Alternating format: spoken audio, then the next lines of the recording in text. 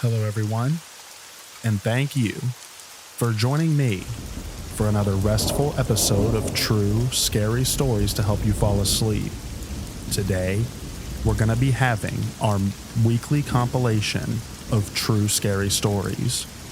I hope you enjoy them. So without further ado, lay back, relax, and enjoy these true, scary stories.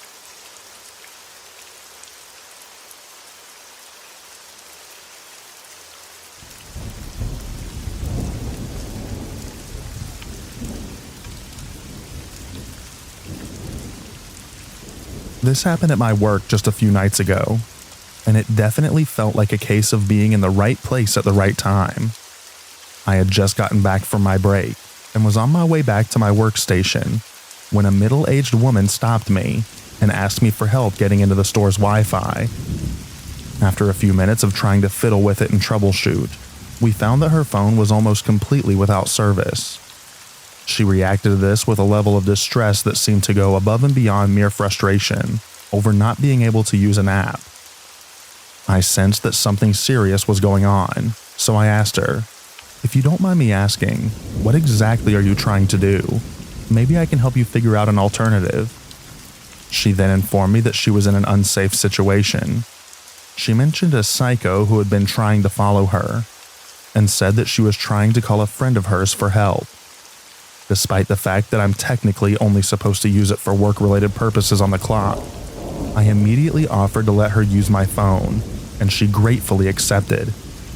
Her friend luckily picked up the call from my phone, and in her conversation with them, I heard her say things like, "I accepted help from someone whose intentions turned out to be no good, and now he's after me. I'm at Walmart. I'm scared he's gonna come into the store and find me. Please come pick me up as soon as possible." After she hung up, I asked her if her friend was on the way and if she was going to be okay. She said yes, so I made my way back to my workstation after wishing her well. Around 10 minutes later, I saw the woman again passing by my work area, this time with a man. I hoped and prayed that the man was her friend and not her harasser. About another 15 minutes later, the two of them came through my line to check out. I looked for an opportunity to pull the woman aside and discreetly ask her who the man with her was. But before I could do so, an old bald man in a grimy corduroy jumpsuit approached both of them and began very insistently trying to get the woman to go to his car. The man, who I now realized was indeed the woman's friend, stood between the woman and the creep and firmly told him that she would not be going anywhere with him. The creep was persistent, and the friend basically had to tell him to screw off before he got the hint and fled. I turned to the woman and spoke up. "I take it that that was the guy who was bothering you." "Man, he even looked like a creep. Are you okay now?" The woman nodded me and thanked me for my help in getting her in touch with her friend. She then turned to her friend and explained, "She's the one who helped me by letting me use her phone." Her friend turned to me with a smile and asked, "That was you, huh? With your out-of-state number? Well, thank you for helping her. She's a dear friend of mine." I smiled back and assured them both that I was happy to help, and glad that they were both okay. They finished checking out, and I saw them leave the store without any further troubles. I'm glad that I was able to play a part in ensuring her safety.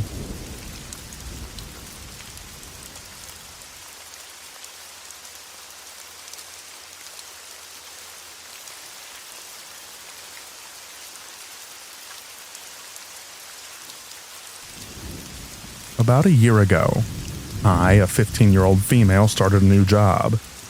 This job was involved in the food industry, so part of my job was to take orders, make orders, and bring orders out to the customer's car if needed, as well as cleaning and restocking items. On a late Friday night, it was very busy. I was exhausted. An older man had come into the store. He looked to be at least 60. I asked the man what he would like to order. He tells me what he would like, and I write it down. I tell the man that he can prepay and come back and pick up his food, since it may be a bit due to the previous orders. The man pays in advance and leaves. I continue to catch up on orders until I finish his. I see the man's truck in the driveway. My coworker told me to go run it out to him, so that's what I did. Halfway as I'm crossing the driveway, the man steps out of his truck. "I still have some things that I need to buy," he said to me.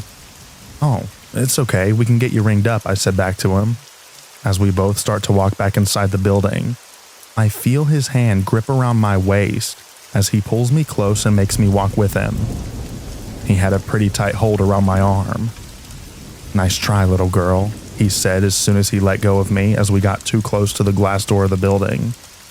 I know this could have ended up way worse than it actually did, but I still felt pretty disgusted after. Please let me know if I have the right to be bothered by this.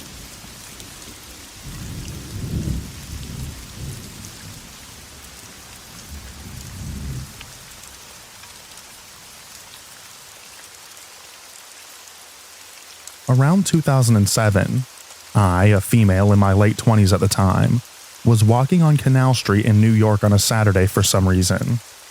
It's very crowded on Saturdays.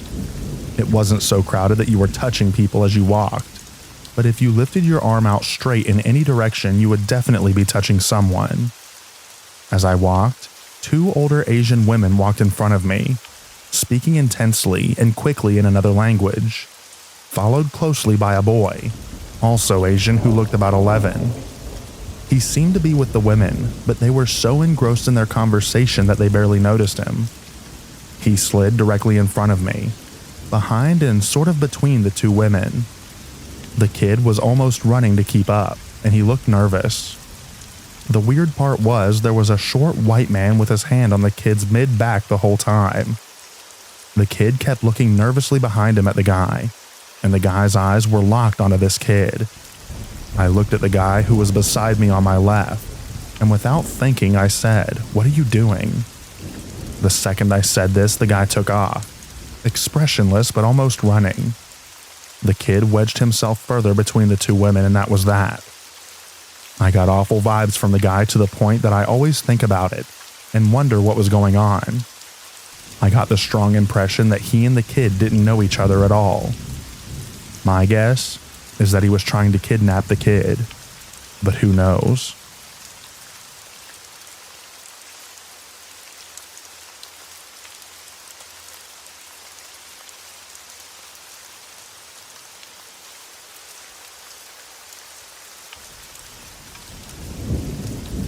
Hi everyone. I've been thinking about sharing this experience for a while now, but never really knew where to share it or even if it was worth sharing. I think on the surface of it, it's probably not that creepy, but it was the first time in my life where I got that, "Oh, this doesn't feel right" feeling in my gut. I was about 5 years old when this happened, and I'm 31 now, but I remember it as clear as day. For some background, I lived at the time in a small cul-de-sac in England. At the end of our road was a row of shops, and often people would park at the end of the road when there was no parking outside the shops. There was a row of terraced houses with a patch of grass outside, and on this grass there was a small wall that had a sign on it, just saying that it was private parking beyond that point. This day, a friend and I, both 5-year-old girls, were sat on this wall facing the end of the road, just chatting and people watching. While we were sat there, a red car parks at the end of the road on the right-hand side, probably about 10 meters or so away. A man then gets out of the car. He's slightly older than middle-aged from what I can remember. Immediately, and I mean the same second he gets out of the car, before he even takes a single step, he gets out a camera and takes a photo of us sat on the wall. Now this was the late 90s, so this is just a disposable camera. After that, he starts walking across the road, and as he gets halfway across the road he stops, takes another photo of us and then keeps going. As soon as he gets to the pavement on the other side of the road, he again stops, takes another photo, and then he continues walking in the direction of the shops. I remember asking my friend what he was doing, but I can't really remember anything else about what we said. I think we just shrugged it off and kept talking about whatever it was that we were talking about before. A little while goes by and the man returns. And then he does it again. He stops on the pavement right before crossing the road and takes a photo of us. Keeps walking. Gets halfway across the road and takes a photo of us. Keeps walking. And then takes a final photo of us right before he gets into his car. At no point during any of this interaction does he say a single word to us. He never asks to take our photo, never says hello, waves, smiles, nothing. Just completely silent and straight-faced and taking photos. At this point, I think we both get this bad feeling. I for sure do, and I run inside to tell our parents. I didn't even know what it was that I was feeling, being so young. I just knew that this didn't feel good and that my gut was screaming at me that I needed to tell someone about this. I half expected my parents to tell us that we were being silly, but they looked shocked and immediately called the police. I remember the police coming and telling us this story, and they looked concerned, which again, I didn't expect. I knew it felt wrong, but I also thought that because he just left and didn't do anything, and it wasn't illegal to take photos, that we would be told off for making a fuss of it. Again, I was only 5, so even though I knew it felt weird, I didn't know why. I remember the police leaving and saying that they would keep us updated, but I don't remember anything happening after that, which isn't that surprising. I'm sure our description of the man wasn't that good, and we didn't know about getting number plates or anything like that. I have thought of this incident on and off throughout my life as a weird thing that happened. Of course, now as an adult, I understand more why it was really weird that this man was taking photos of really young girls then. Still, I try to rationalize it in my brain. Is it really that creepy? Maybe he just thought it was a nice image. 2 girls hanging out in the middle of summer. But even writing that, it feels weird. But of course, nothing ever actually happened to us. I never saw that man again. We weren't kidnapped or worse. So maybe it was innocent. What makes it hard for me to consider it as a slightly weird but innocent encounter is the fact that he never spoke to or even acknowledged us. I think it would be super weird anyway for a random man to ask to take a photo of little girls, but the fact that he didn't say a single thing was weird. Also, I find it so weird that he didn't just take 1 photo, but like 6. Like he was trying to get the perfect shot. It's weird to me that I have no idea what happened to those photos. I'd love your opinion on this. Is it creepy? Or am I just over-exaggerating the situation? Like I said, it ended up perfectly fine. Nobody got hurt. Why do you think this man took the photos? It is the first time I've shared this story outside of family and friends.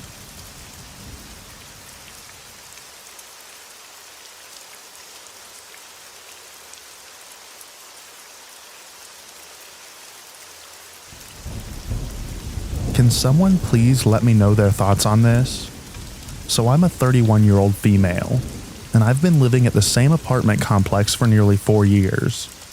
There's a guy who is about 45 or so who lives on the same floor as me, and has for the past year or so. He is so awful. I usually don't notice or recognize a lot of people who live there, but I quickly started noticing this guy because of how rude he was. Whenever we would happen to go downstairs in the elevator together in the morning before work, he would just mean mug, and then we would walk out of the glass doors into the parking lot. I would be walking behind him, and he'd let the doors close on me and not hold them open. One day, about 6 months ago, my fiancé and I walked up behind him, waiting for the elevator, and when he saw us, he was standing in front of us and just shook his head almost in disgust. Keep in mind, my fiancé nor I have ever had a conversation with this man. Then, where things get really strange, about 6 months ago, I decided to hold the elevator doors open for him when I saw him coming down the hall.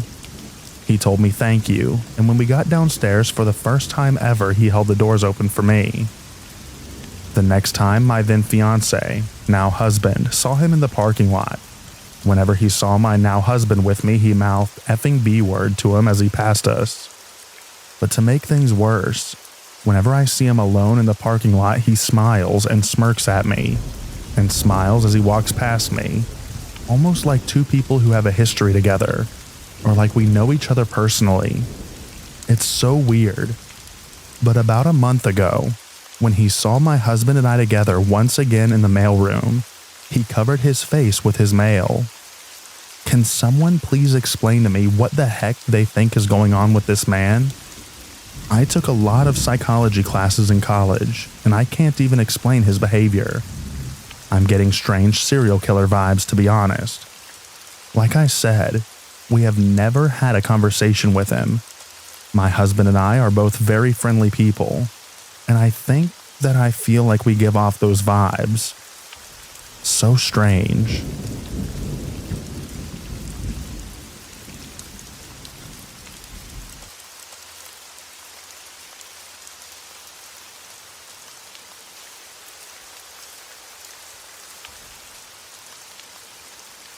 Okay.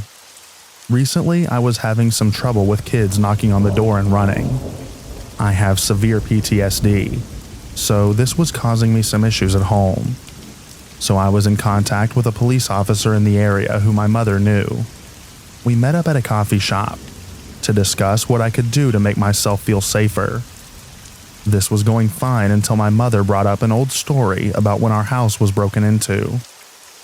My memory of this is waking up on Christmas and only having one thing because everything else was taken. I was too young to really remember it, but I'm 35 and not one person has spoken to me about it since I was a child. So I always thought that my version was correct, except it really wasn't. What actually happened was, my mother woke up in the night having heard a noise. She knew that there were burglaries in the area because my uncle next door had his Christmas present stolen. This is where I must have confused myself. She got up in the dark and went next door to my room to pick me up. I was around 2 years old and was wide awake, just standing up in my cot wide-eyed.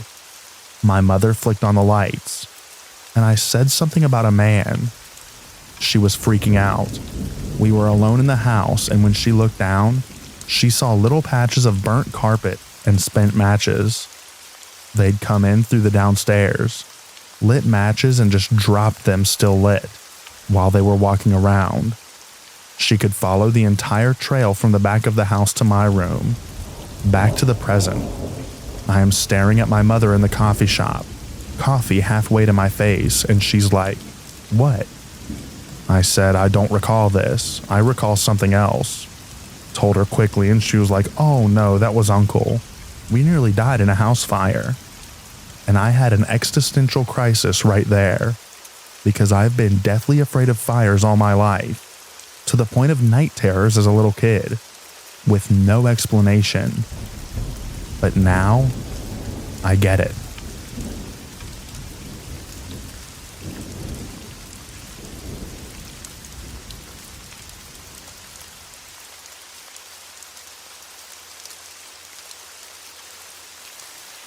This happened to me almost 10 years ago. I was 19, I believe, and I'm a female if that matters.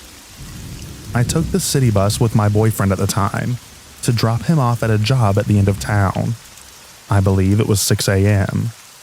We live in a small town, 40,000 citizens, so bus stops and streets are mostly empty at 6 a.m. He walked in his job and I went back to the bus stop, which I'd have to wait for a while. Small town problems. I was glad that there was a bench in the glass room area to wait. At least the cold breeze wouldn't hit my face. There's a man approaching. Not too old, but a few years older than I was. He entered the waiting area. I start to panic because there's only one entry/exit. I was cornered. He comes in and asks to use my phone. I tell him that it doesn't work. I use it as an iPod. He tries to reach for it, explaining that he needs to reach a friend. and I put it away, and my main focus is to exit the glass shelter, but he stands in my way. The bus arrived and I was so thankful. I get in and he runs across the street and enters a building under construction. I mean, breaks in by climbing a balcony and entering by a patio sliding door. I guess I'll add another one from this time frame as well. I had just graduated, and back then there was no marketplace on Facebook. We used Kijiji. I wanted to sell my prom dress, but being young and naive, I posted a picture of myself wearing the red tube dress online. I didn't get very many replies, so when someone reached out to me about possibly buying it, I was happy that I'd make extra bucks. He tells me he wants to get it for his girlfriend and wants to come see it. I say sure, here's my address. Mistake number 2. It's winter here, so it's dark early. He comes around 6 p.m. Mistake number 3, I'm home alone. A 5'2", 105-pound alone. And now this stranger is standing inside. He's staring at me, head to toe several times. I take my phone out in my hand to show him that I'm on my phone texting someone. He just stares, but a weird kind of stare, like predatory. He just keeps saying that he's not sure if it would fit his girlfriend because I'm very petite. At this point, I reach for the family dog, a lab, a friendly lab, but she felt protective. He hands me back the dress because he's not buying it. I felt so uneasy because I was pretty certain that he had no girlfriend to begin with.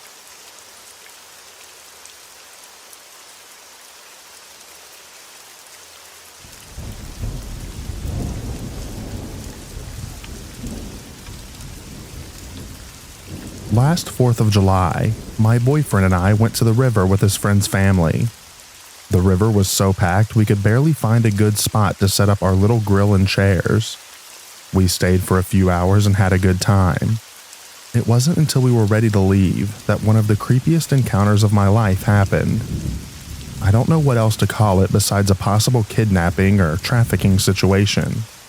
For context, I live in Arizona. My boyfriend, his friend, his friend's dad, and I were outside packing up one of the cars. His friend's niece sat in the car. My boyfriend's mom and his sister had driven separately and sat in their car beside us. 2 men drove up and parked right next to their vehicle. It was already a bit weird that he parked right next to us because there were quite a few available parking spots. The man rolled down his window, and I immediately recognized a man who was smiling the biggest smile at me an hour or so earlier, while he was tubing down the river. At first, I didn't think anything of it, but looking back, the smile felt so creepy. The man didn't say anything substantial. He just asked for directions or something and rolled his window back up, and stayed parked next to our friend's mom and sister. We finished packing up and were about to head out. Everyone was sitting in the car at this point. Our friend's mom and sister backed up and started to leave, and the 2 men immediately followed after them. This few-minute time span literally has my eyes watering up.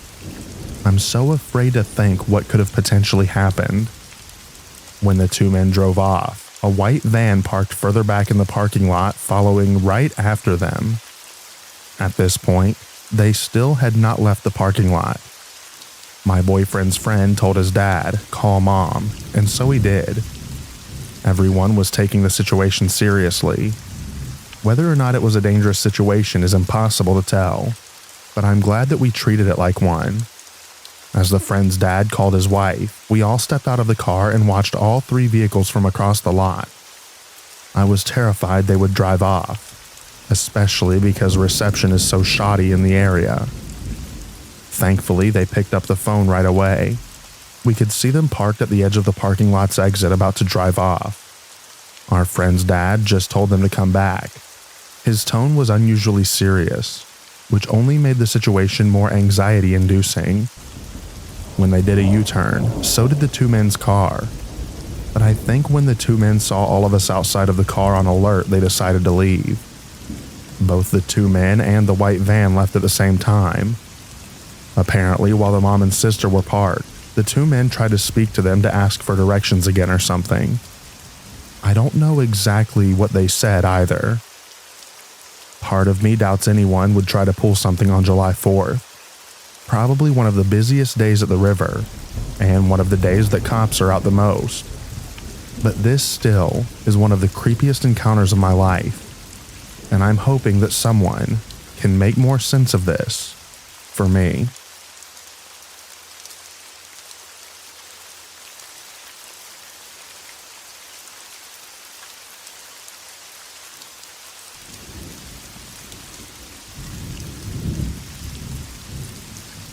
For context, my teacher was in his late 50s to 60s and was highly respected in the small Central California community that I lived in.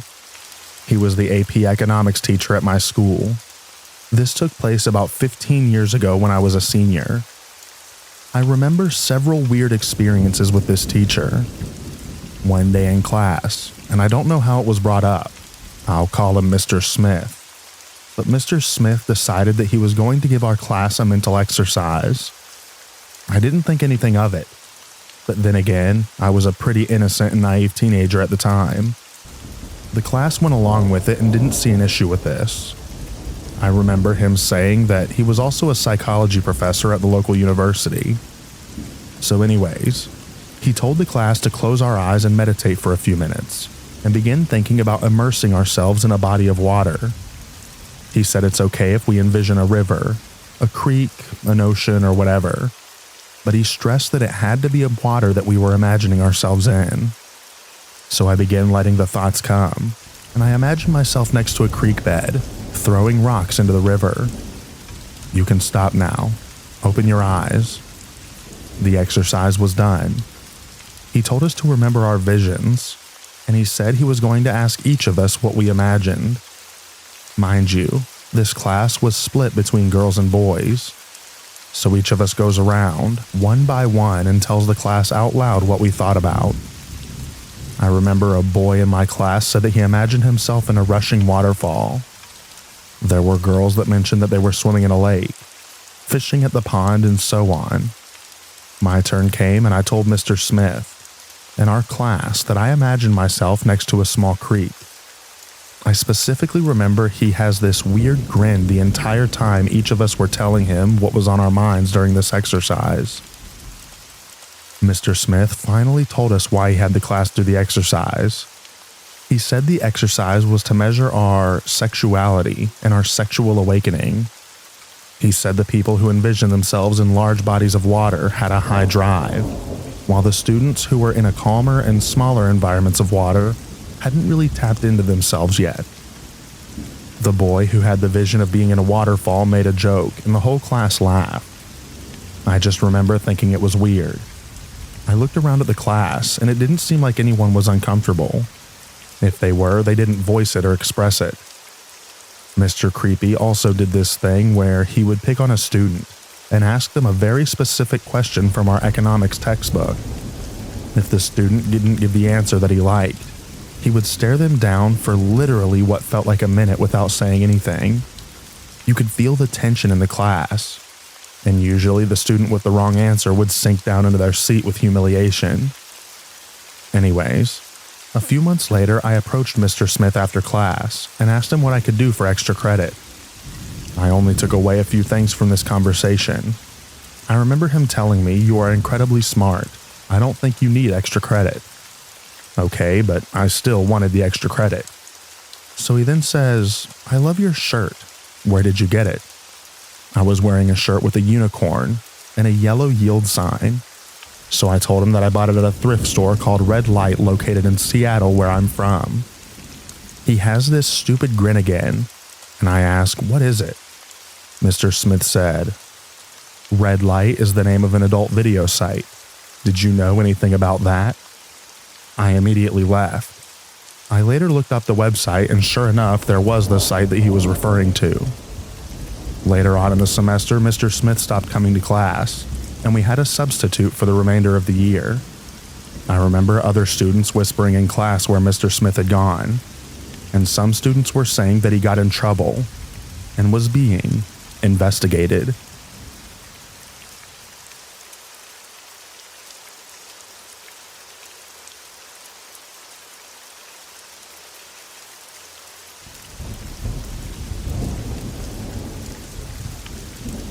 I want to preface this by saying that I almost completely forgot about this person and all of these events until I read a comment on this sub where someone had a similar encounter as me, and it all came rushing back.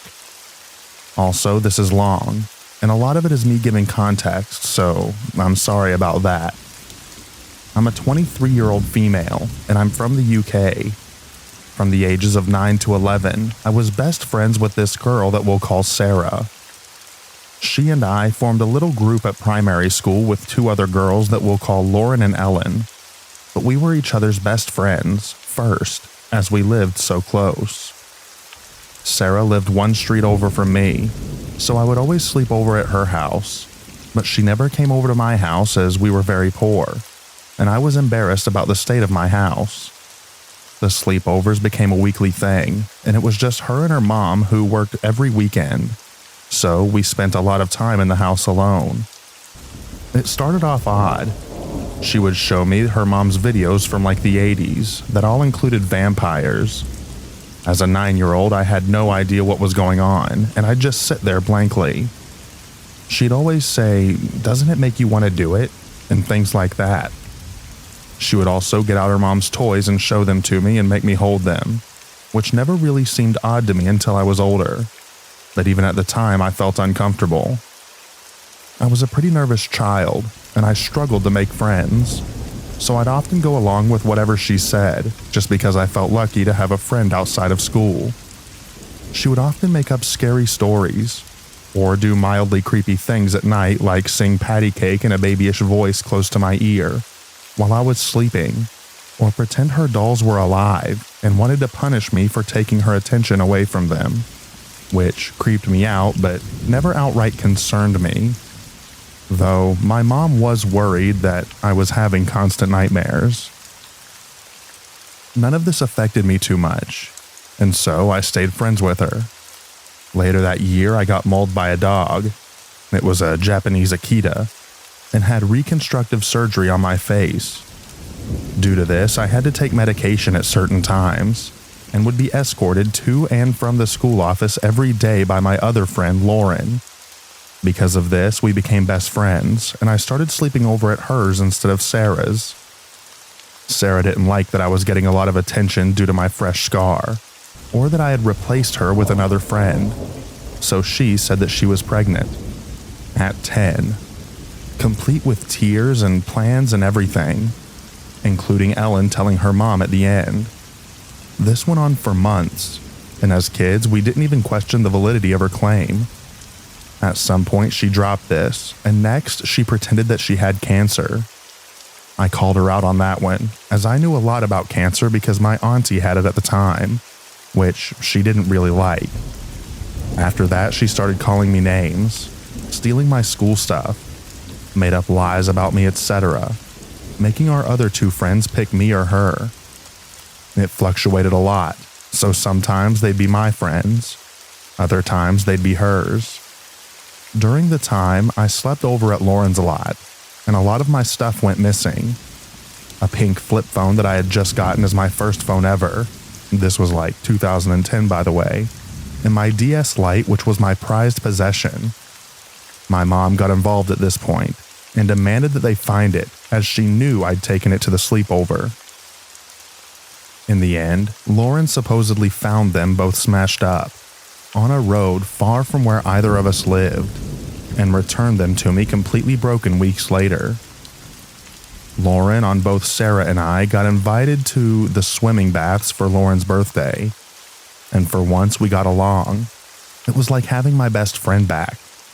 Us kids were basically left alone in the pool to mess around for a few hours. An important note here is that I couldn't swim. I still can't. I had chickenpox during school swimming lessons and I'm terrified of water now, so I've not learnt since. Anyway, at one point I was so sick of being stuck in the shallow end like a baby at the age of 11, when all of my friends were swimming in the deep end. Sarah noticed this and came over to me. She offered to piggyback me and swim to the deep end so that I could play with everyone else. I was so happy to be included. I didn't even think about the fact that she didn't regularly like me, or that if she left me I couldn't swim back. I just hopped right on and she swam us out. She started mock tipping sideways like she was going to drop me, and I cried and begged her to take me back. I was terrified of getting water in my face or going underwater. I still can't go underwater to this day.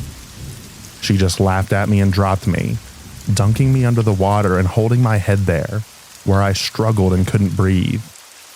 I remember struggling and being unable to breathe, but the next thing I knew, a lifeguard had pulled me to the side of the pool, and I was choking on air and shaking. I also have horrible reactions to the smell of chlorine, and it makes me sneeze and my eyes swell. So I had to be picked up, but everyone told me that it was an accident and just kids messing around. She later told me that it was just a joke. I should learn to swim and stop being a baby, which I guess is true. But still, after that day, I didn't want to be around her anymore. Our friends still flip-flopped between us, some days being her friends and other days being mine. But that was fine. I didn't care anymore. I was sick of her. I avoided her like the plague. Primary school was almost over, and I never had to see her again. Eventually, we all went to secondary school, ages 11 to 16, and we all went to the same one, but my school was categorized into classes, the top being the smartest, and I, Lauren, and Ellen were all in the top classes, and Sarah wasn't. It was a nice buffer, and I got my best friends back as well as making more friends for the first time ever. I completely forgot about her in all honesty.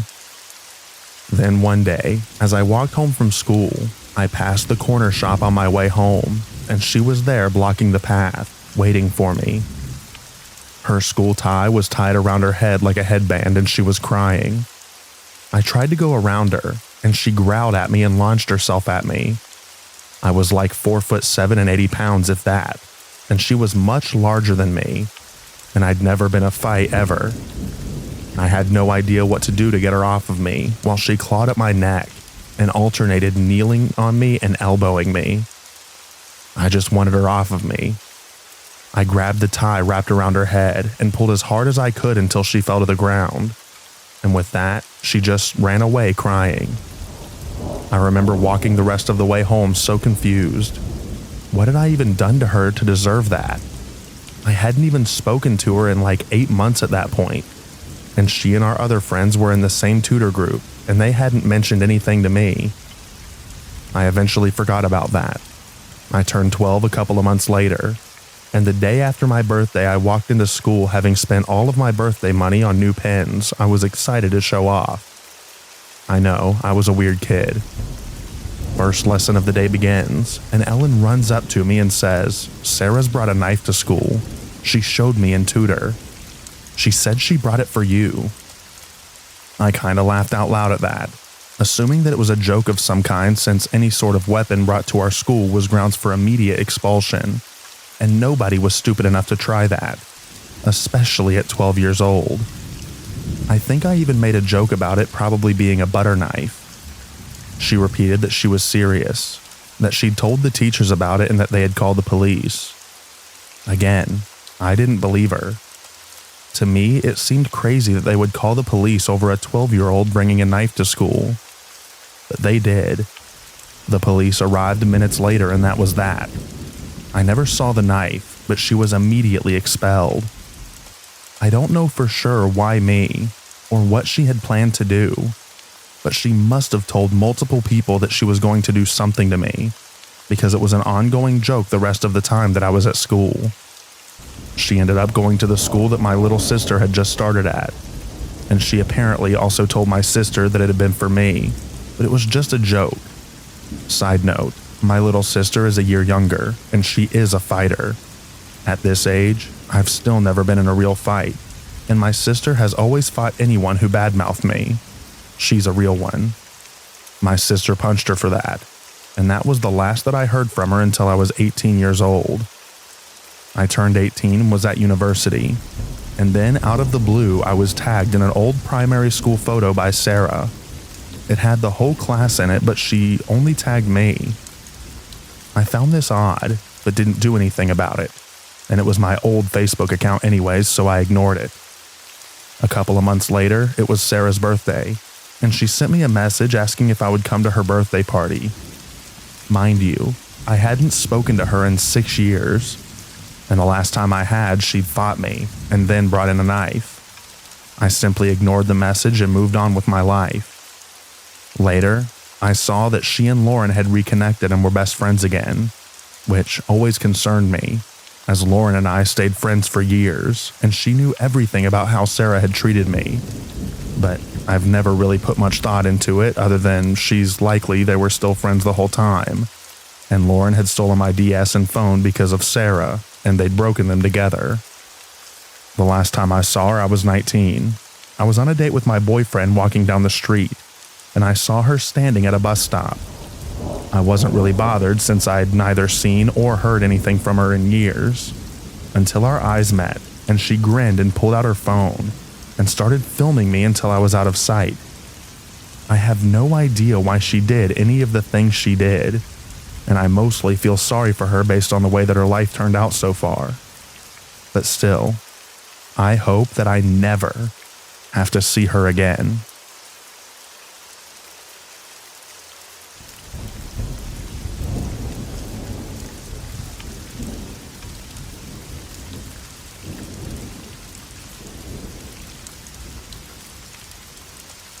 This is my first post ever, so apologies in advance if it doesn't align with the proper format.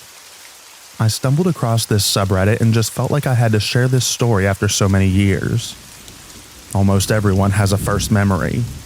Mine was the time that I was almost kidnapped in plain sight from a grocery store around age 4. For background, I am an only child who was raised by 2 working parents. Occasionally, a stay-at-home mom down the street would take care of me when I didn't have preschool. Her oldest daughter was my friend and about the same age as me. Her youngest daughter was 2 years younger than us. We'll call the mom Linda and her daughters Ava, 4, and Carla, 2. All fake names, by the way. This story takes place around 1999 or 2000 in North Carolina. One day, while I was under Linda's care, we all loaded up in their van to take Ava to dance class. After walking into the dance studio and getting her checked in, Linda told Carla and I that we would be able to go to the grocery store. The grocery store was in the same shopping center as the dance studio, literally 2 doors down. Linda put Carla in the child's seat in the shopping cart, while I climbed into the part that normally holds your groceries. Upon entering the grocery store, we were stopped by an elderly couple, one male and one female, that kept saying how cute Carla and I were. At first, Linda just nodded and agreed and began to make friendly conversation. She told them that Carla was her daughter and I was just a friend. After this, things became much more sinister. The old lady suddenly started to try and pull me out of the cart, telling Linda that she already had enough children and they wanted a child so badly. Thankfully, I was big for a 4-year-old and squirmed around in the cart until she let go of my shirt. Linda was stunned and just tried to pull the cart away from them. I just remember Linda rushing away into the grocery store as the old lady kept shouting, "Please, we just want a child." I don't entirely remember what the older man was doing during this interaction, but I remember him being there. I also don't remember Linda ever telling a grocery store staff about what happened. I'm sure that she was in shock. I mentioned this incident to my mom within the last few years. She was never told by Linda that anything happened. Anyway, there is a very small chance that I completely misremembered this event. I'm not naive to the plasticity of human memory. However, the overwhelming emotion associated with this event is fear. Also, no one in my family even knew that this happened. Feedback is appreciated. Do you think that I was almost snatched up? Or did I just have a bad case of early 2000s stranger danger?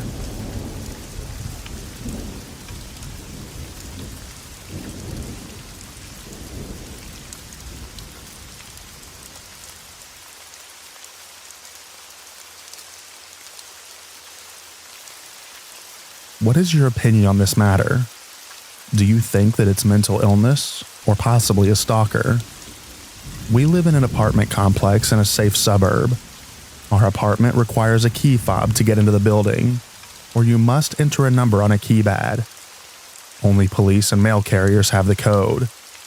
My wife went outside at around 10 a.m. to grab a package, and there was a normal-looking, nicely dressed young guy in his 20s out there next to his bicycle. He asked her if she owned this black car, which she said no.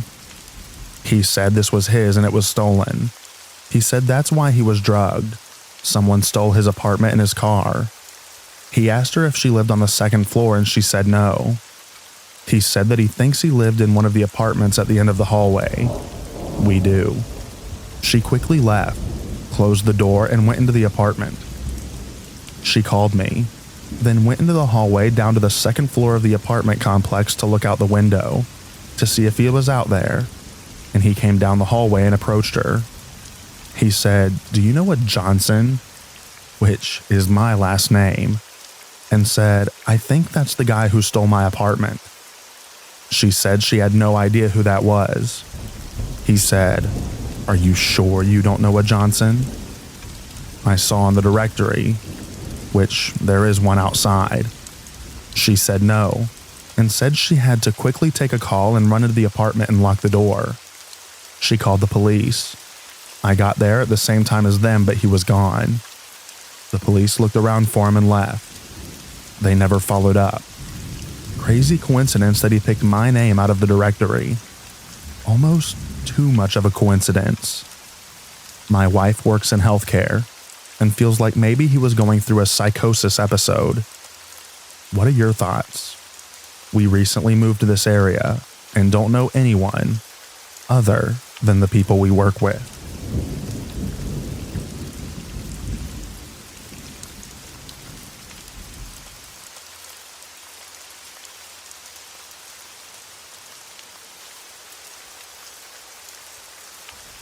This happened a couple of months ago. I was at a friend's house one night and didn't realize how late it was, around 2 a.m. I love sleeping in my own bed, so I decided to call an Uber home instead of staying over. My friend lives in a more rural area of town, so it took a while to get an Uber, and it was around a 40-minute drive back to my house. Upon getting into the Uber, the first comment he made was telling me how pretty I was. Immediately, red flags started going off in my head. I'm already a very anxious person, and I've always been afraid of taking Ubers alone, especially at night, so I was already on edge before the comment was made. I just replied thank you, and he started to drive me home. My friend was a boy, and I assumed the Uber saw him standing at the doorway before we left, because around 5 minutes into the drive he asked, "Was that your boyfriend?" At this point, my gut feeling tells me that something is wrong. I reply yes and say nothing further. He then proceeds to go on about how lucky my boyfriend was, and again how pretty I was. At this point, I didn't answer. Around 10 minutes into the drive, the Uber driver tells me that he knows a quicker way to get to my house, and that we're going to take a detour. I immediately start to panic inside because as an anxious Uber rider, I consistently watch the Uber app on the driver's phone and need to be following the map. Also, this detour seemed to be going deeper into the rural roads versus into the city. I then called my dad, but because it was past 3 a.m. at this point, he didn't answer the phone. I then decide to call 911. The operator answers me right away, and I act like I'm on the phone with my dad on the phone. She immediately sensed that I was unable to tell her the exact situation, but I acted like I was telling my dad that I was in an Uber and would be home soon. She then started to ask me questions about the color of the car, by having me simply answer yes or no, the make of the car, my location, etc. She asked if I was in danger and I said I don't know. After telling her my location, she then told me to tell the Uber driver to get on the highway because the detour had taken consisted of more rural roads. Thankfully, we were only around 5 minutes from the highway, and then another 10 minutes to the police station.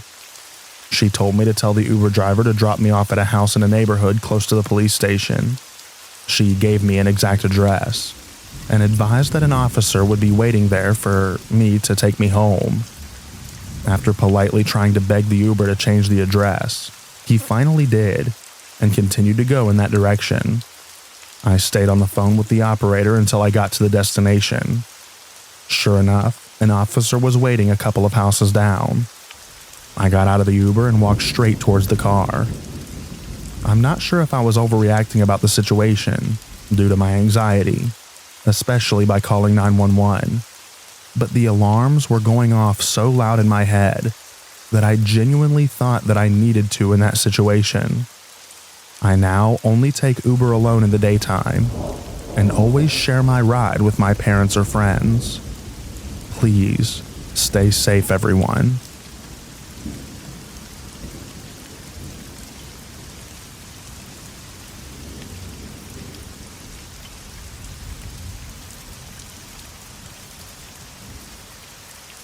I, a 27-year-old female, work remotely, and I only go into the office once a month, and I take the train. In January, when I was going back home from the office, I was walking to the entrance of the train station along with many other people. As I'm generally more alert of my surroundings, I noticed the older man walking in front of me with glasses and holding a suitcase, looking like a working professional as well. As this is a newer station, once you entered it, you have to take the escalator down either 1 or 2 floors depending on where you're going. I made a mistake by taking an escalator that goes straight down to the lowest floor, and should have taken the one that led to 1 floor lower. So I just waited to reach the platform to take another escalator up a floor. While still going down, I turned around out of habit to check my surroundings, and noticed the same older man just 2 steps behind me. Keep in mind, this is a long escalator with no one else on it. Why is he so close to me? And previously he was in front of me when going to the entrance. I was immediately on high alert, and once I reached the bottom, I noticed this platform has literally 0 people. The train must have just left. I fast walked to the escalator to go up, and I saw the man also fast walking behind me. So I just ran up the escalator, and thank God, my train actually arrived when I reached the platform, which had a lot of people. I darted inside and looked back, saw the man also rushing to get in the train, so I immediately walked so fast through the crowded train towards the other end and sat down beside a girl. I figured if the man was looking, he couldn't see me through the crowd. I had to get off the train after 3 stops to change to another train, and the whole way I just kept looking back to make sure the man didn't follow me. I was so terrified. I told my boyfriend, and he was glad that I noticed the man quickly. I told my friends as well, and they empathized, but also pointed out that the man might be lost and just followed me because I seem to know where I'm going. While that is possible, I just don't want to take that chance. One time I was in uni and going down the elevator with an old man to the car park to drive to school at around 7 a.m. And when that man came in, I immediately noticed that he didn't press any floor buttons. When I reached my floor and got out, I was relieved at first because he didn't follow me out. But once I was out of the elevator lobby walking by my car, I looked back and saw the man walking towards me. I was immediately terrified and ran to my car, got in and locked the doors, and he just stood around the lobby entrance, acting like he was just hanging out there. I had many terrifying encounters like this since college, and recently I'm just so profoundly sad and angry that women have to go through this all the time. I came across a new song called 12-Minute Rock by Bo Anderson, and I really just felt like crying at the last part where it's just a lot of girls checking with each other if they've reached home safely, because I do this with my friends. I also had to buy a pocket angel that I keep on my handbag for self-defense, and I hope that I never have to use it. Please, stay safe out there, everyone.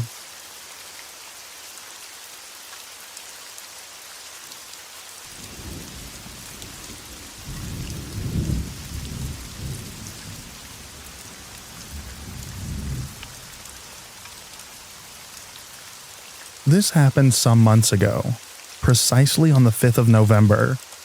I live in northern Italy, so that was the evening in which the red aurora borealis appeared visible for us. I was chilling at home after a long day when one of my friends calls me and asks me if I wanted to try to go see the aurora with him. I said sure, because I'm always up for an adventure. And from where I live in the top mountain is circa 1 hour in the car. At 21:30-ish, he comes and gets me and up we go. We even see a cute chunky fox while ascending. We arrive at the top of the mountain. There's a big parking lot there, and we get out of the car. Pretty freezing winds and howling winds. We encountered only one car on the road, and one is parked at a distance from us, apparently empty or just dark. We take some pictures. Can't really see the aurora, but some reddish specks of light here and there.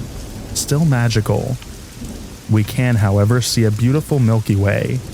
So despite the cold, we just stand there in admiration of the universe above us, chatting lightly. After 40 minutes to an hour, I start to feel uneasy. Not really with a reason. Then my friend goes to use the restroom. He only goes a short distance and remains in sight, and I concentrate on the surroundings, as I'm used to giving credit to my internal voice. So I suddenly start picking up on something. I hear footsteps. Every time the wind goes down, they go silent, but a bit delayed. I can clearly distinguish them as the iced snow crunched under the weight. When the wind picks up in strength, I tell my friend when he comes back. We listen, and he confirms it as they're getting progressively closer. We made eye contact, decided we saw enough of the stars and didn't want to stay around to find out, and calmly walked back to the car, locked the doors, and booked it swiftly out of there. We kept check the next day about robberies or anything else, but we didn't hear anything. I'm still amazed and spooked in how sudden.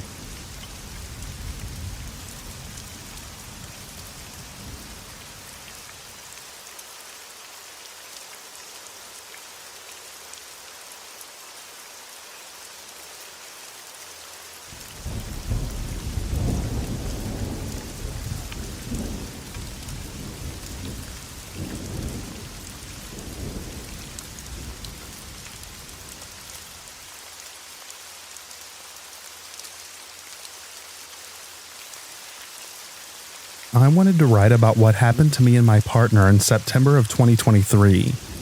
We were hanging out with our two new friends, a husband and wife. Let's say their names are John and Mary.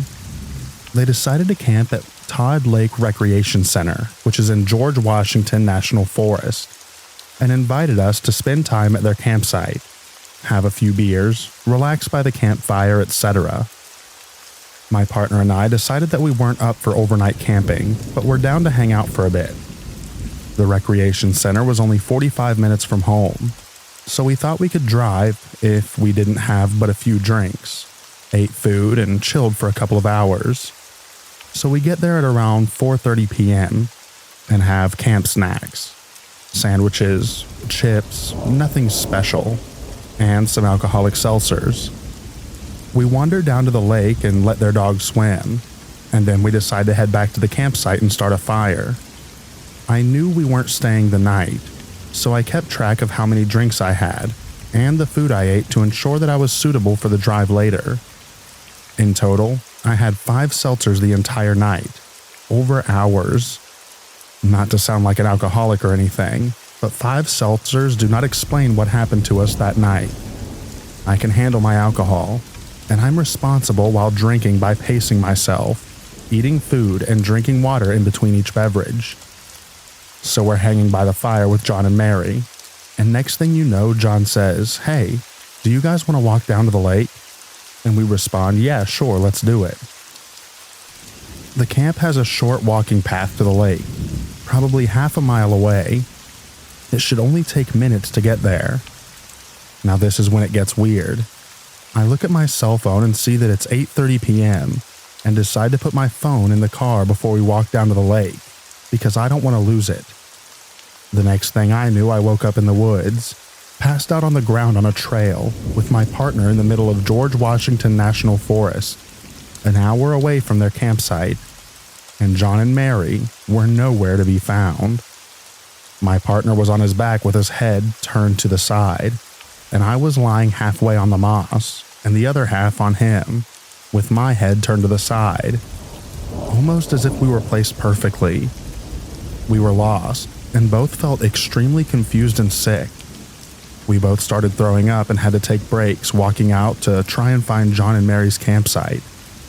It took us an hour to get back, and it appeared we had hiked an hour outside of the recreation center.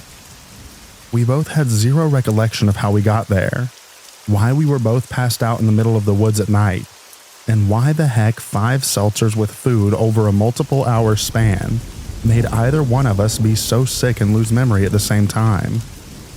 My partner was completely disoriented and started screaming for help. I was begging him to be quiet because I felt so sick and had no idea where we were. I needed a moment to collect myself and get my bearings to try and hike out of our current situation.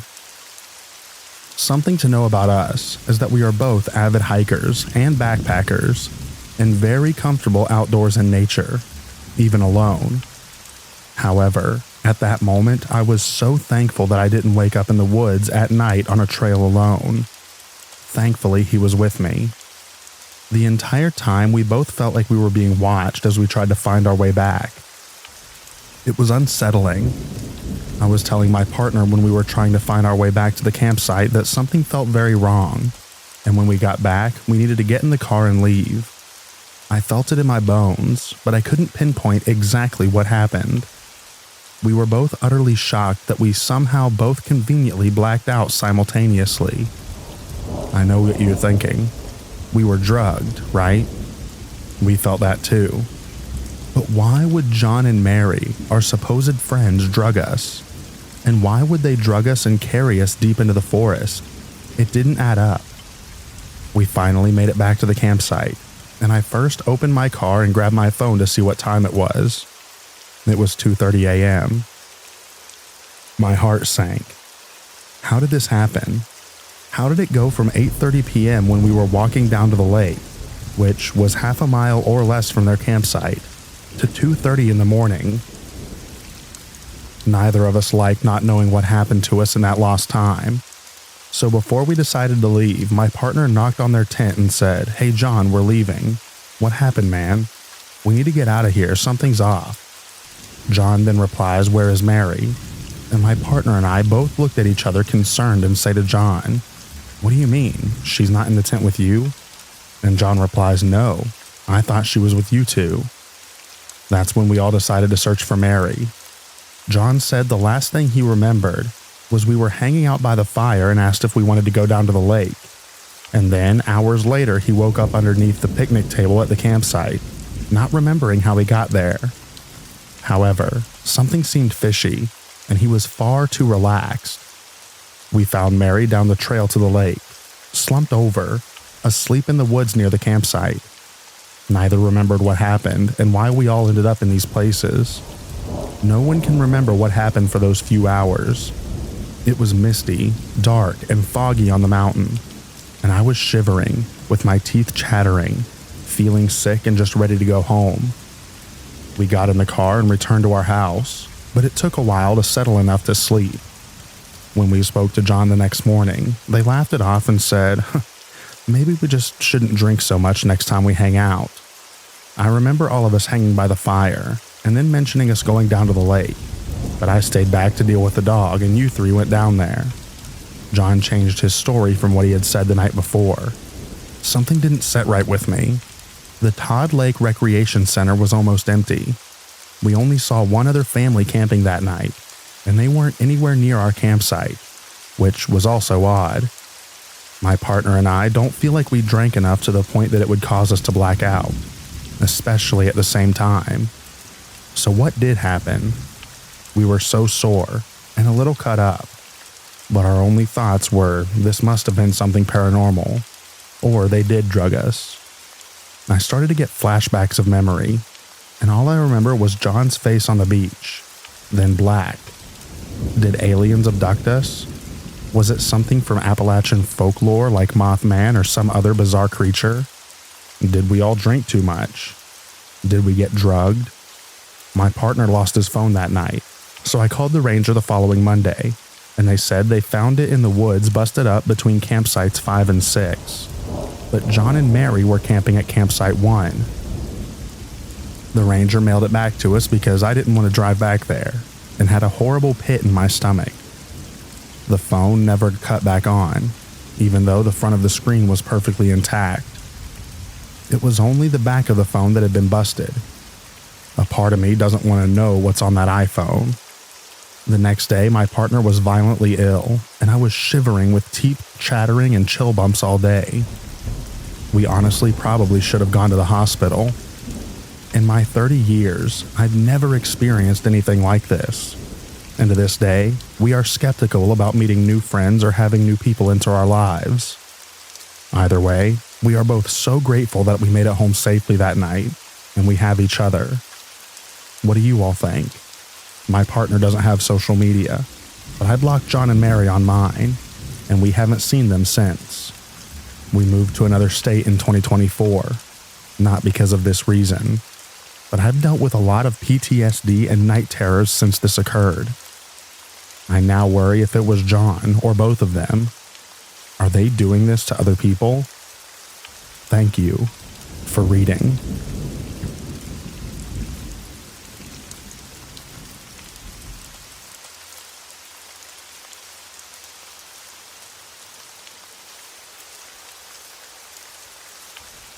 So, this isn't something I witnessed. I was told this story by one of the men who allegedly saw it. For context, this guy had run with some questionable crowds and did what jobs he had to make money at times, if you get my drift. So, he has a lot of stories. I mostly consider this a tall tale, but there is still enough of it that makes me wonder what if. According to him, we'll call him Zed for the sake of the story. He had been finishing up some work down in Louisiana back in the late 1990s with his buddy and had a few days to kill, namely to get some fishing and hunting in, albeit out of season. One of the guys they had worked with gave them directions to a spot way back in the swamps and marshes, or the Bayou, as it's more commonly called, that they could do that without risking being caught by fish and game agents. He said one of the best things about this spot was there were, oddly enough, never any alligators there. Bit of a red flag, that one. Anyways, one fine morning they set out in their boat before the sun was up, navigating their way through the swamps. From what he described, this was a section that was close to the Mississippi border, routes used by smugglers to move various products across state lines. They finally arrived at the spot after a few hours and some detours, their way of not saying they got lost. Turned off the motor on their boat and started fishing. The trees were just thick enough to prevent you from being seen from overhead, and they were essentially in a huge inlet that was somewhat sheltered from the rest of the bayou and had the start of solid land along two sides of it. By solid land, that also meant you had to walk across 10 to 15 feet of muck that could suck your boots off before you got to solid ground. So according to Zed, the day was progressing, and fishing wasn't going great. But they still had beer, so they weren't inclined to go anywhere. They both noted that, as the guy had said, there were no alligators. Normally, you could spot them lurking around or sunning themselves, but they were just utterly gone from the spot, as were most of the big fish, it seemed. It was at this point they observed a herd of feral hogs emerge from the undergrowth on one side of the lagoon and make their way to the muck that was described before, and commence to start rolling and rooting in it to their heart's content. Zed and his buddy slowly angled their boat closer, as they had sidearms with them, and certainly had no issues with getting wild pork instead of fish if the opportunity was there. The hogs were leery but not afraid, keeping the humans in their line of sight as they frolicked. Zed saw they had no real way to get to a hog if they shot it there, so they just floated along and watched for a good opportunity. But instead, they saw something else entirely. According to Zed, That's when they saw the mud start to move. He knew instantly it wasn't an alligator, as an alligator would be flailing around in the mud trying to reach the hogs, and whatever this thing was, it was covered in mud. The only way he could describe it was something was pushing its way through the muck like a mostly submerged bulldozer, creeping up on the pigs. They watched as it slowly approached a cluster of hogs who had noticed the movement but seemed more curious about what it was than afraid. One of them, a pig that Zed estimated was between 150 to 175 pounds, was the furthest out in the muck and made the mistake of attempting to sniff at whatever the intruder was. Zed said that quicker than they could react, something lunged out from the thing and attached to the pig's head and face. As the pig thrashed and tried to jump back, letting out the most blood-curdling scream they'd ever heard, the thing was hauled partially out of the muck and came into better view. Zed realized it was an alligator-snapping turtle of proportions he had never heard of. He's seen the one they keep at Bass Pro Shop. That got big enough that it cracked its tank and had to get a new one, and he said that was like comparing a chihuahua to a pit bull. It was still partially obscured by the muck that was covering it, but Zed swore its shell had to be at least the size of the hood from a Volkswagen Beetle. He was an extreme car enthusiast, so he knew his vehicles. His best guess on its weight was it was well over 500 pounds, and was now backing up into deeper water, dragging the pig with it. Zed said from what they could see, the turtle's head was so big that it was able to fit, its jaws partially around the pig's skull, and its beak was now essentially acting as a meat hook. Apparently, it was about a 30-second fight to drag the pig out into the lagoon, but Zed said it was clear the pig never had a chance. The turtle dragged it out into the water, and the pig made one last desperate attempt to break free, apparently hearing something screaming underwater one last time. It's as unnerving as you'd imagine, and Hollywood doesn't get the sound right. It then just went absolutely quiet after that. According to Zed, he and his buddy sat there for a minute, processing what they had just seen, and except for the froth on top of the water and the stirred up mud, there was no sign anything had just happened. The other hogs had fled as soon as their comrade was attacked, and except for some bugs, it was almost completely silent. They couldn't say why, but Zed said they booked it out of there, that something was off, and it felt wrong to be there. It wasn't like they could go to Fish and Game and describe what they saw, but they did fill in their acquaintance on why there were no alligators in that area. As far as Zed knew, nobody else has ever seen this colossal turtle and came forward to talk about it. But Zed said that it was big enough that if it caught a person unawares, it could easily overpower and kill a human, the same way it did that pig. Again, this is how the story was told to me. It's not my story, and I'm inclined to mostly believe it's a tall tale, or an exaggerated one. But it does highlight that you don't need something as fanciful as a skunk ape or Bigfoot to be nervous about what might be lurking out of sight.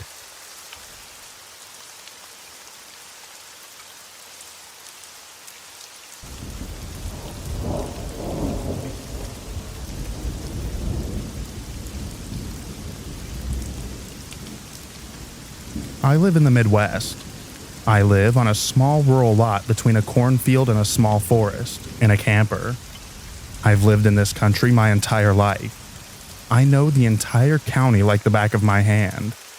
This being said, I've come to the conclusion that my experiences around the rural and wooded parts of this country are crawlers. I'm 100% sure of it. I've had many encounters actually. None back to back, but they happen frequently. There is a forest/park in the middle of the town that I always hated at night since I was little. As I got older, my cousin and I thought being scared was really fun. We'd go there at night on purpose, but never lasted long. I always felt like I was being watched. This, on top of urban legends of people going missing here at night, made me feel really uneasy. Fast forward to a couple of years ago.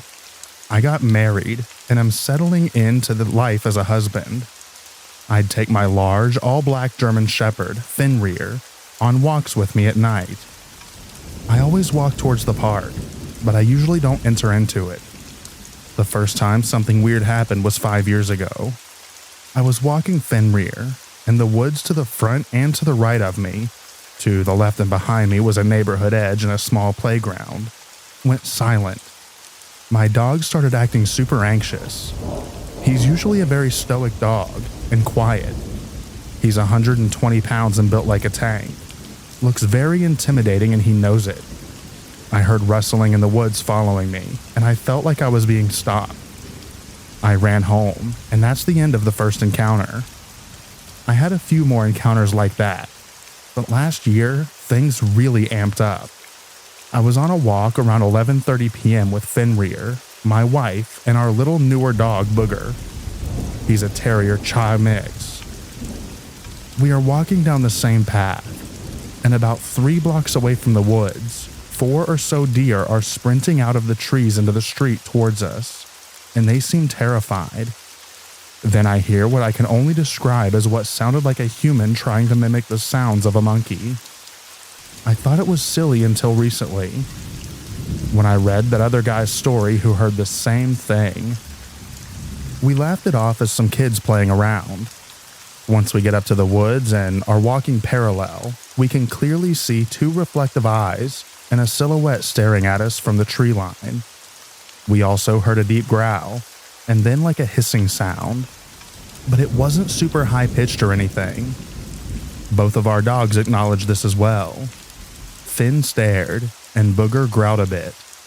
I made a Facebook post on the community's Facebook group, and other people told similar stories around town.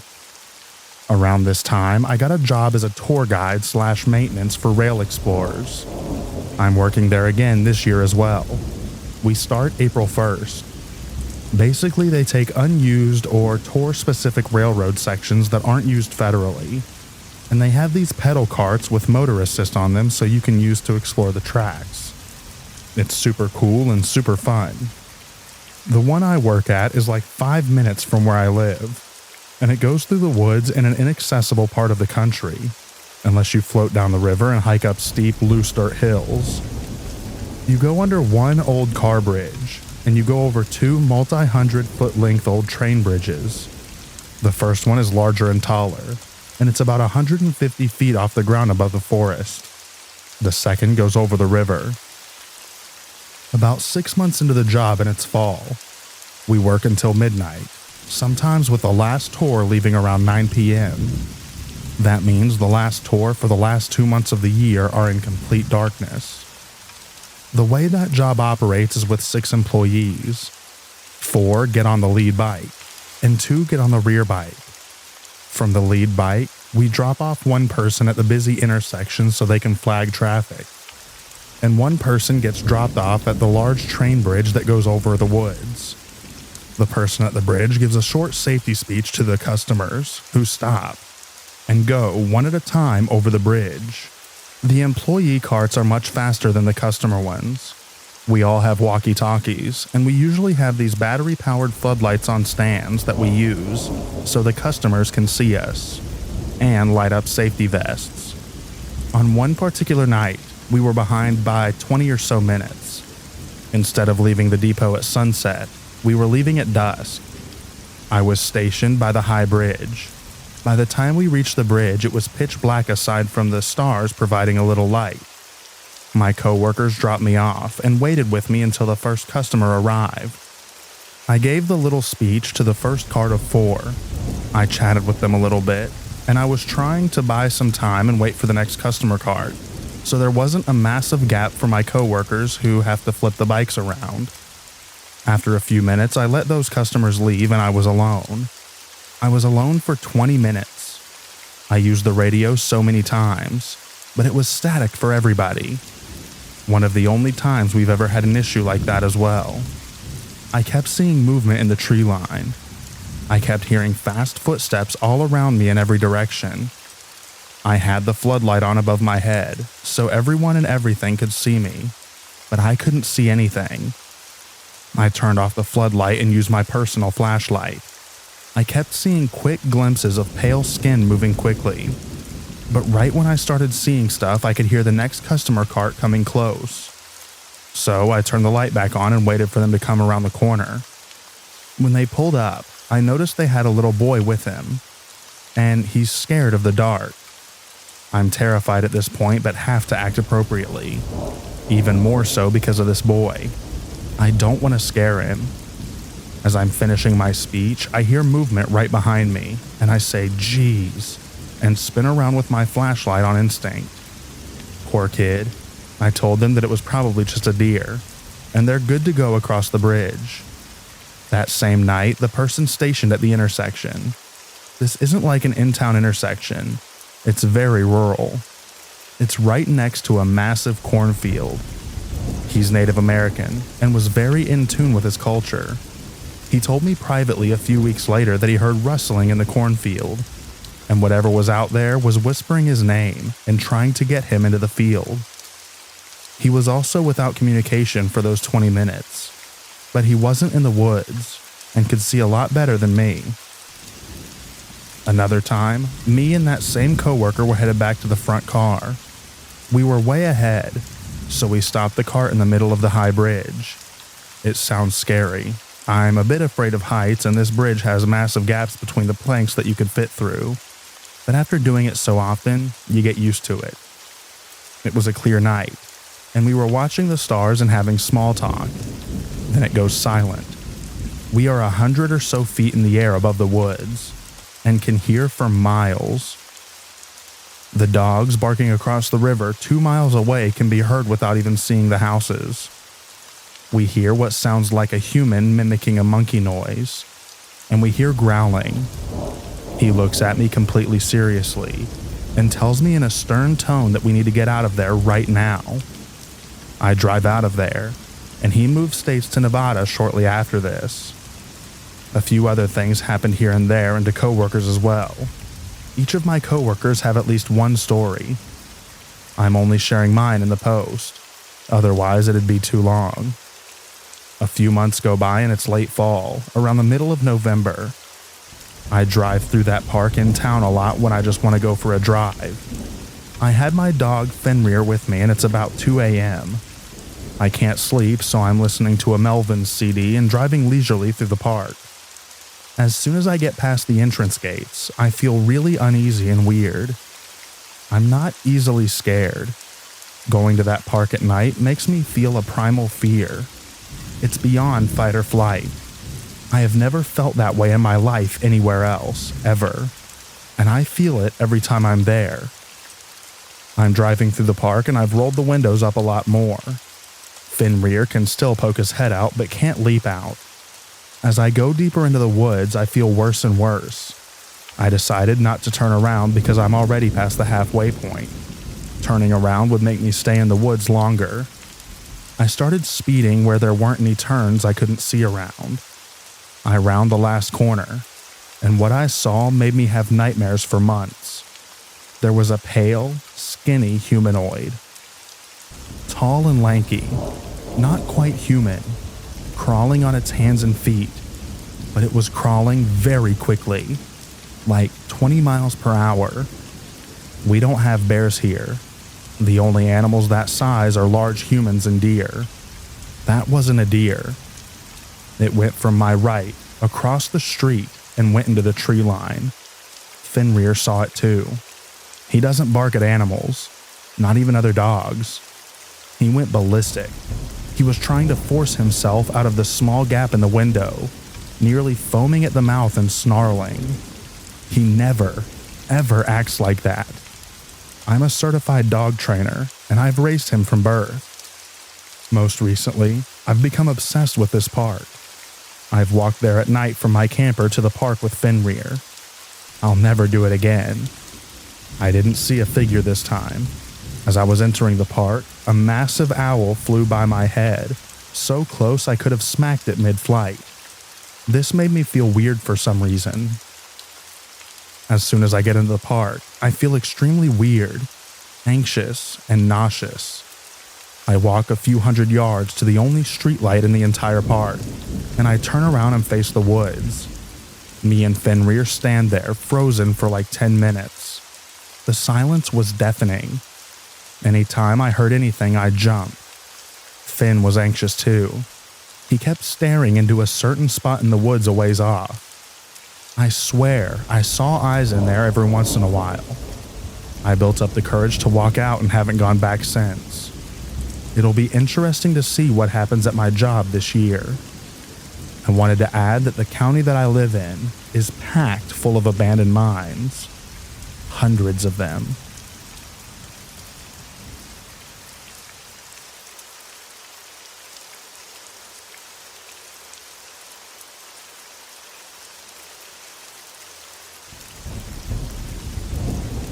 This happened Easter of last year. My husband's family owns an old farm with a large property with mountains, a lake, and woods. No one lives on the farm anymore, so we use it as a holiday residence. This is West End Norway, so fjords and mountains and lots of red deer all over the place. No neighbors and no animals except for wild ones. There are old ruins from the Viking Age about 500 meters from the house, nearby the lake. Much unknown history, and I find the forest very eerie. I'm Norwegian, and my ex, the father of my kids, are Canadian. He's not so much around anymore, and my daughter, who's 10 years old, is very fond of horror movies. My son, who's 9 years old, also likes a good scare. To help them not forget their Canadian culture, I told them about the Wendigo. This was in the car on our way to the west for the Easter holiday, since there's so much deer out there. I told them a story I've read, and on this sub I do believe, about Wendigo mimicking kitten sounds, and I told them that these Norwegian mountains are the same as the Appalachians before the continents split up, and that's maybe why they can be so eerie. The second day there, we cut down some small trees outside the house. The kids and I dragged the branches over a small field and tossed them down a hill. This hill is where the forest begins, and also the path down to the lake. My husband was in the garage, the other direction, fixing the chainsaw. As we took a break by the tree line, my son, with the Wendigo story in mind, starts to make a special cartoonish cat meow that he thinks is funny into the forest. He kept going maybe 6 to 9 times before I told him to knock it off and get back to help us with the branches. We turn around, and there was a very clear meow coming from the bottom of the hill.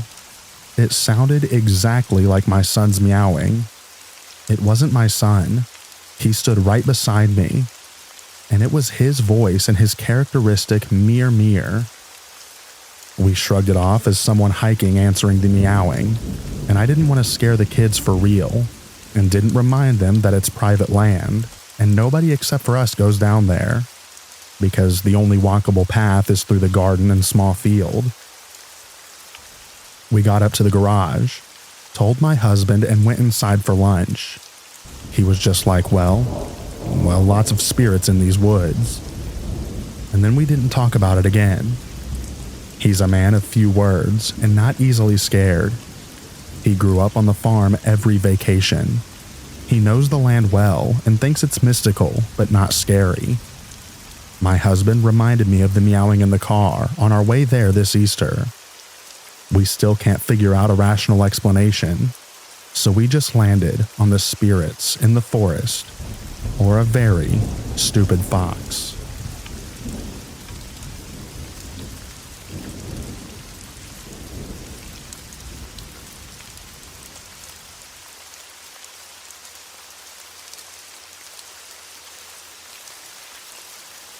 I've been getting more acclimated to camping as a solo female.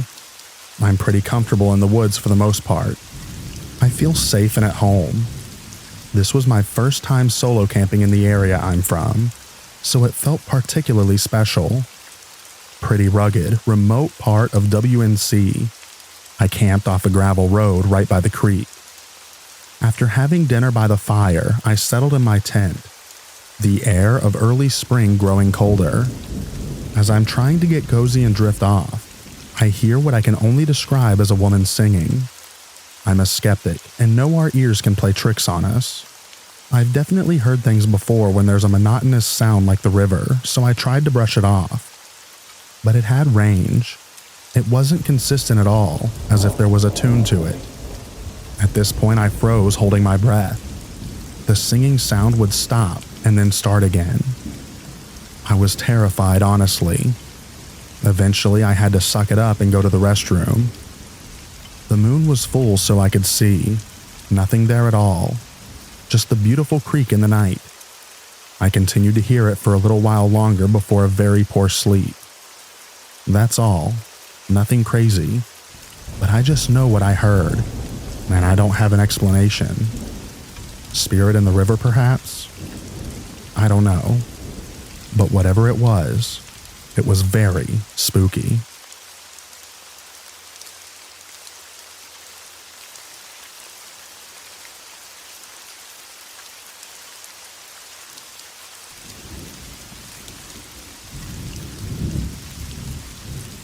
I am from Madrid, Spain. My family is from a small mountain city. We are all familiar with mountains. Even though I live in Madrid, I always go to hike in the mountain range surrounding Madrid. I would not consider us to be very superstitious and or believe strongly in supernatural events, although I am a huge fan of folklore. This story happened in the summer. Back when I was 14 years old, my mother took me and my brother for a week-long trip to a mountain range in the southeast of Spain, close to the old town of Rio Par Viejo. We had already spent half of the week going on multiple hikes, and we visited beautiful lakes where me and my brother would swim, despite them being super cold. Overall, we had already had a lot of fun, and we were enjoying our small family trip so far. One day, while it was very sunny and warm, we went on a hike again to this kind of abandoned trail, which some of the locals of the village had recommended. It was not accessible by car, and there was no phone service. We couldn't care less, since we loved to spend time in nature, and we would just spend our time walking and talking instead of being on our phones. We found a crystal clear lake with beautiful turquoise greenish water and lots of water vegetation in it. My brother and I immediately jumped in, and afterwards we had picnic for lunch. So far, so good. Suddenly, while we were enjoying our bocadillo de jamón, we heard a loud scream. It was a very high-pitched scream and just overall scary. Considering the fact that we were next to the lake, in a small valley between tall mountains, we could hear it kind of echo. All three of us immediately looked at each other, startled. We were certainly not imagining anything. From what we could deduce, the sound came from the other side of the lake, in a very bushy area. The lake itself was not very big, and we decided to make our way around it to investigate. Because although we had not seen anyone during the entire day out there, maybe someone was in danger or needed help. I cannot really specify what the scream sounded like. In hindsight, it was not your typical scream for help. But who knows what humans are capable of sounding like when in dire need of help, right? After about a 20-minute walk, we were already getting to the entrance of the bushy area at the other side of the lake. All three of us approaching with our walking sticks in hand and in a cautious position. The first thing we noticed was an awful smell of rotting flesh. That, together with the scream earlier, made us feel a sense of dread. Normally, you would feel welcome when helping someone out, but we did not feel welcome at all in this place. My instincts were telling me we should just track our way back out of there, while not losing sight of the bushy area. However, we could not shake the feeling that we had to help if someone needed it, so we decided to proceed slowly. The joy and laughter we had at the other side of the lake were no more. Whatever was going on at this side of the lake, it felt wrong and ominous. I cannot talk on my brother or mother's behalf, but the hair on my arms stood on end. After making our way through the brush for 10 minutes, we were finally reaching a clearing. During this whole time, the sense of dread had continued, and the awful smell of rotting flesh had only increased. Finally, in the middle of the clearing, we saw what had caused this smell. In what seemed to be the perfect middle of the small clearing, we found the dead corpse of a deer, or at least what remained from it. The limbs were removed from its torso, and the head was half-eaten. The thing is, the cadaver looked fairly fresh, as if it was killed that same day.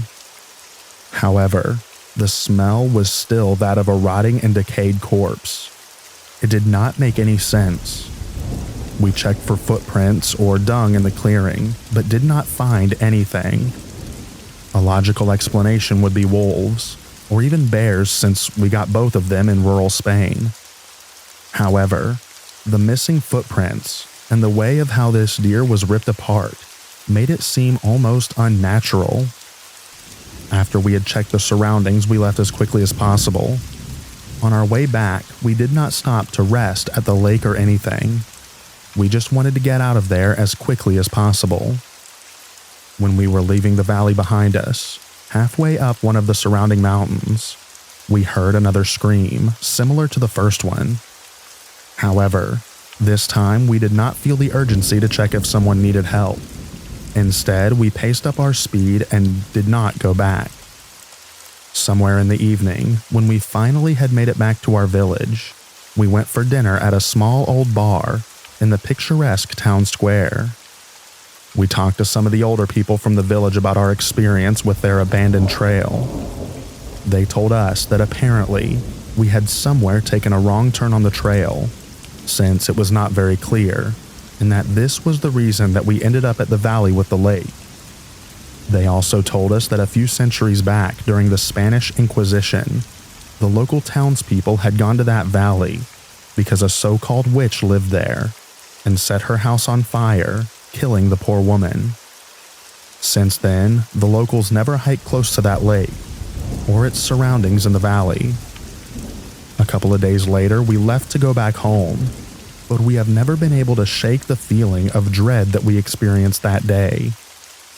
Again, we're not superstitious or big believers of the supernatural, but what happened on that day was definitely weird.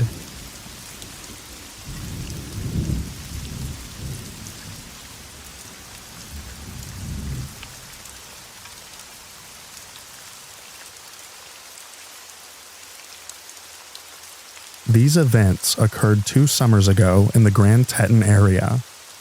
My boyfriend at the time, now husband, let's call him H, was an avid outdoorsman and also served in the military. I was an ecology major and wanted to spend more time outdoors, so he decided to take me on my first backpack, just the 2 of us. For those who aren't familiar, the Grand Tetons are well known for their wildlife, specifically grizzly bears. My only experience with bears up to this point was watching a little black bear cross the road from the safety of my car. Seeing grizzly country signs around every corner wasn't doing much to calm my nerves. The first incident. My boyfriend looked like Indiana Jones, machete hanging from his belt, large knives attached to each side of his pack, bear spray strapped to his waist. You get the picture. The beginning of our 25-mile journey was all uphill.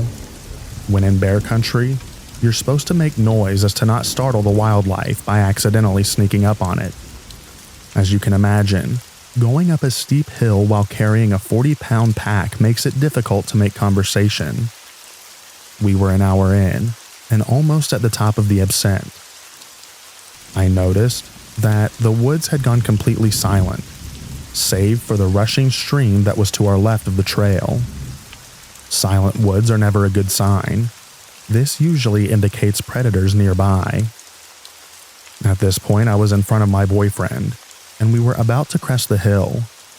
For the past 20 minutes, we had not said a word to each other, having been too tired to speak. We noticed the silence at the same time, and gave each other knowing glances. I came up over the top of the hill and immediately froze. Sitting not 10 feet in front of me in the middle of the trail was a grizzly bear. My husband wasn't aware yet as he was behind me, so I did the first thing that I could think of. While still in my frozen stance, I managed to take my arm and started flinging it wildly behind me, trying to get H's attention. I was too terrified to speak. The bear went from sitting on all fours, not looking away from us once. H quickly swung me around so that I was behind him, and he just started yelling. Being in the military, he knows how to yell. The grizzly quite wasn't fazed, as it started to walk slowly towards us. At this point, I was on the verge of passing out from terror. This bear was about 5 feet in front of us when we heard a loud crack coming from the woods to our right. The bear heard it too, and he bolted towards the stream. A second crack boomed again, this time much closer than before. H said, "It's probably just some falling branches." But we both knew that that wasn't the case. At this point, we were walking quickly up the trail in an attempt to create some distance from the grizzly and those strange noises. I felt the hairs on the back of my neck stand straight up, and at the same moment, H stopped moving in front of me. He turned around to look at me, and I turned to look behind me. To this day, we were not sure what we saw. Back where we were standing was a large black/brown mass. It looked to be 3 times bigger than the already large grizzly that we had just seen a few moments before. Its back was facing us, and then it stood on its back legs. It looked similar to a bear, but something about the shape was just off. At this point, it was probably stupid to run away, but that is exactly what we did. We were aware of the heavy footsteps behind us, but neither of us looked back. The footsteps eventually faded. At this point, I was a mess. H was doing his best to console me. "Honey, this is extremely unusual. The bears usually stay away from humans. We're going to be okay. I'm sure that won't happen again." That was enough to convince me to continue on the backpack. Not another hour later, though, we reached a clearing where we decided to take a rest and eat a snack. About a minute after we had sat down, I noticed bushes moving in a line toward the clearing, toward us. Out of the brush comes this adolescent grizzly, who looks just as spooked as I'm sure we did. But he came straight for us. H, being the crazy nut that he is, decided to charge back at the bear while screaming, "Bear spray at the ready." That did the trick and the bear ran off. All I could think was just my luck. But that wasn't even close to what happened the second night. The second night, before we began our backpack, we had to let the ranger station know which trails/route we planned to take. With this information, they usually send a ranger on horseback at some point during the backpack to check on you and make sure that everything is okay. There were not many approved trails left for us to choose from, and it was just our luck that they were the most difficult. Apparently, over the 3 days we were on those trails, we had been the sole hikers. We didn't see a single other person once we were en route. Anywho, I guess we missed the ranger who came to check on us. We had been following hoofprints the entire second day, and we hadn't seen any the day before.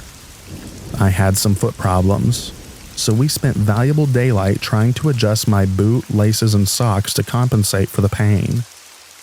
When we started on the trail again, we had maybe an hour or 2 of daylight left, and in the woods it gets dark fast. I was exhausted. It was now dark out, and H was the only one with a working headlamp, as mine wouldn't even turn on for some reason. We needed to find somewhere to set up camp, as we still needed to eat. It was freezing and the wind was blowing. It was creating a howling sound as it rushed through the trees, which made it difficult to hear H, or discern any other sounds coming from the woods. After another hour of hiking through the dark, we found a clearing. Well, it was more like a bowl. It looked to be roughly 200 meters in diameter, with the sides being roughly 10 meters down from the trail to the bottom of the clearing. This place was strange. We both felt it, though he didn't tell me how freaked out he was until after we had left. There was no moonlight, so all we had was the illumination from his headlamp, our small camp stove, and the flashlight that I fished from my pack. Half of the trees were dead and fallen, just in the bowl. The vegetation everywhere else was pretty dense. To help alleviate my anxiousness, he started playing Ninja Party out of his portable speaker. This didn't help much, as it just echoed off the trees, creating a dissonance of sounds. He also thought that it would ward off any predators nearby. This is when we knew that our anxiousness wasn't paranoia. The silence was back. There hadn't been a single bird chirp since we arrived at the clearing. It also may have had to do with the obnoxious music, but because of our previous experience, we decided to turn off the music and head into the tent. Also, it was freezing. As soon as we were situated in our sleeping bags, we heard deep cracks and thuds echoing from beyond the tree line. Falling trees? There had been a lot of wildfires and very little rain this season. Thud. We both froze. That sound wasn't an echo. It came from inside the clearing. Definitely not a falling tree. Thud. It came from right outside the tent. We both stopped breathing. H's hand found mine and we clung to each other paralyzed. Something dragged across the outside of our tent, making an indent as it went along. It was thin, almost like a finger. "What is it?" I whispered, shaking. "I don't know. Shouldn't be a person. We're the only ones on this side of the mountain." I was trying my hardest to stifle sobs, trying to listen to what was outside. I could hear steps, but couldn't decipher what it was. The steps stopped, and then the whole side of the tent was slowly pushed inwards. At this point, whatever was outside knew that we were inside, so I shined my flashlight at the side of the tent. What I saw made my blood run cold. It was the shape of a human face pressed into the tent wall. I could make out the nose and an open mouth. Each time they breathed, it made the tent around their mouth billow in and out. H said screw that, and pulled a Glock from his sleeping bag. He cocked it, and the sound shattered the silence. The face pulled back, and we heard fast footsteps heading towards the edge of the clearing. We didn't leave the tent till the sun was shining the next morning. The first thing we noticed was the smell of urine. We came out of the tent and looked around. Whoever it was had peed on our coals we had left on the fire, leaving a distinguishing stench of evaporated pee. Footprints surrounded our tent, circling around multiple times. Muddy handprints decorated the outside of our tent. We think it was mud anyway. The takeaway? Wildlife is not the most dangerous thing in the backcountry.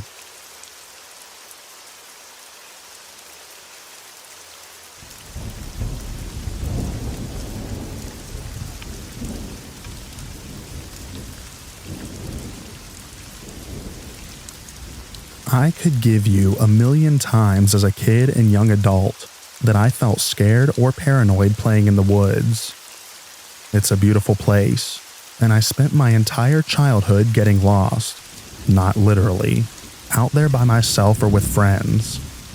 As kids, we never got too far out there, but you can actually see the progression of us venturing further and further out as we got older, because of forts and carvings that we would leave. This one particular time, like 1,000 times before, my friend and I had just graduated high school. It was our last summer of freedom, and we spent the entire summer camping and hiking out there. We had decided to try and find a new place to set up camp, and walked for what felt like miles before we came to a nice clearing. The area was relatively new to both of us. We got the camp set up and fire going, and the plan was to wait until nightfall, smoke some weed and play Monopoly. For the sake of backstory on my friend and I, my buddy is a smaller, real goofy guy, but comes from a family of foresters and always had a deep understanding of all the trees and different plants that you come across. He had no fear of going and camping out by himself. If I spent 10,000 hours in the woods, he probably spent 50,000. As for me, I'm a taller, sturdier guy.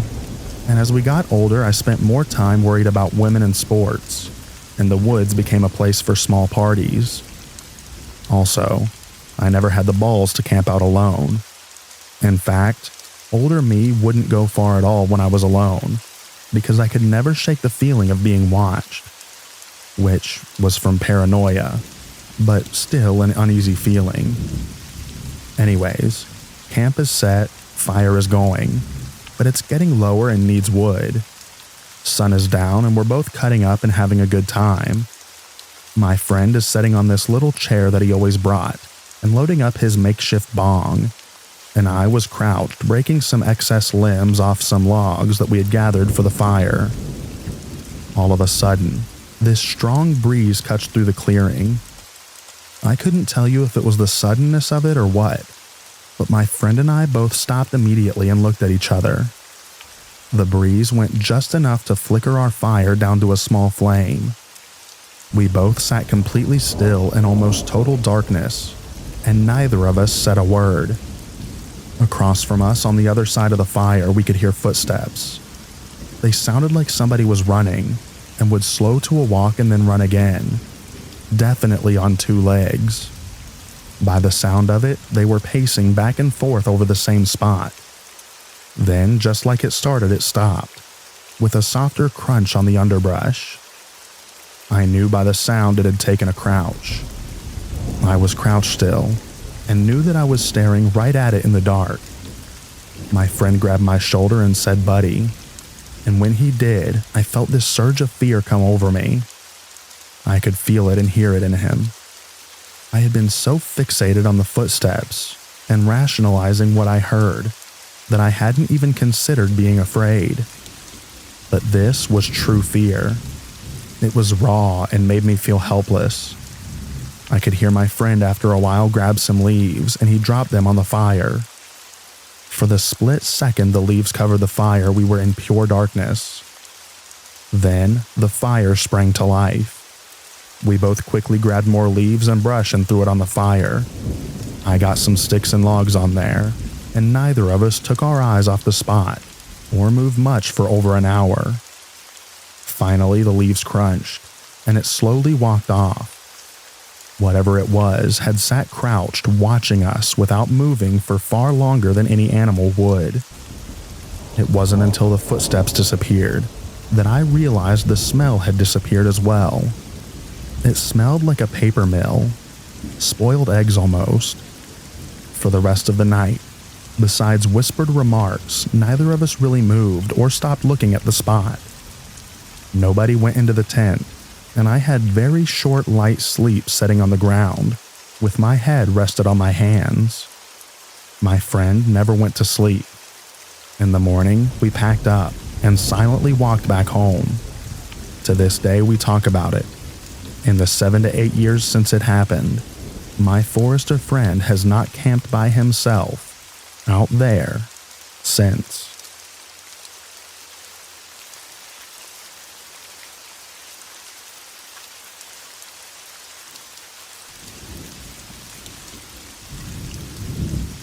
Thank you so much for listening to all of the stories in this video.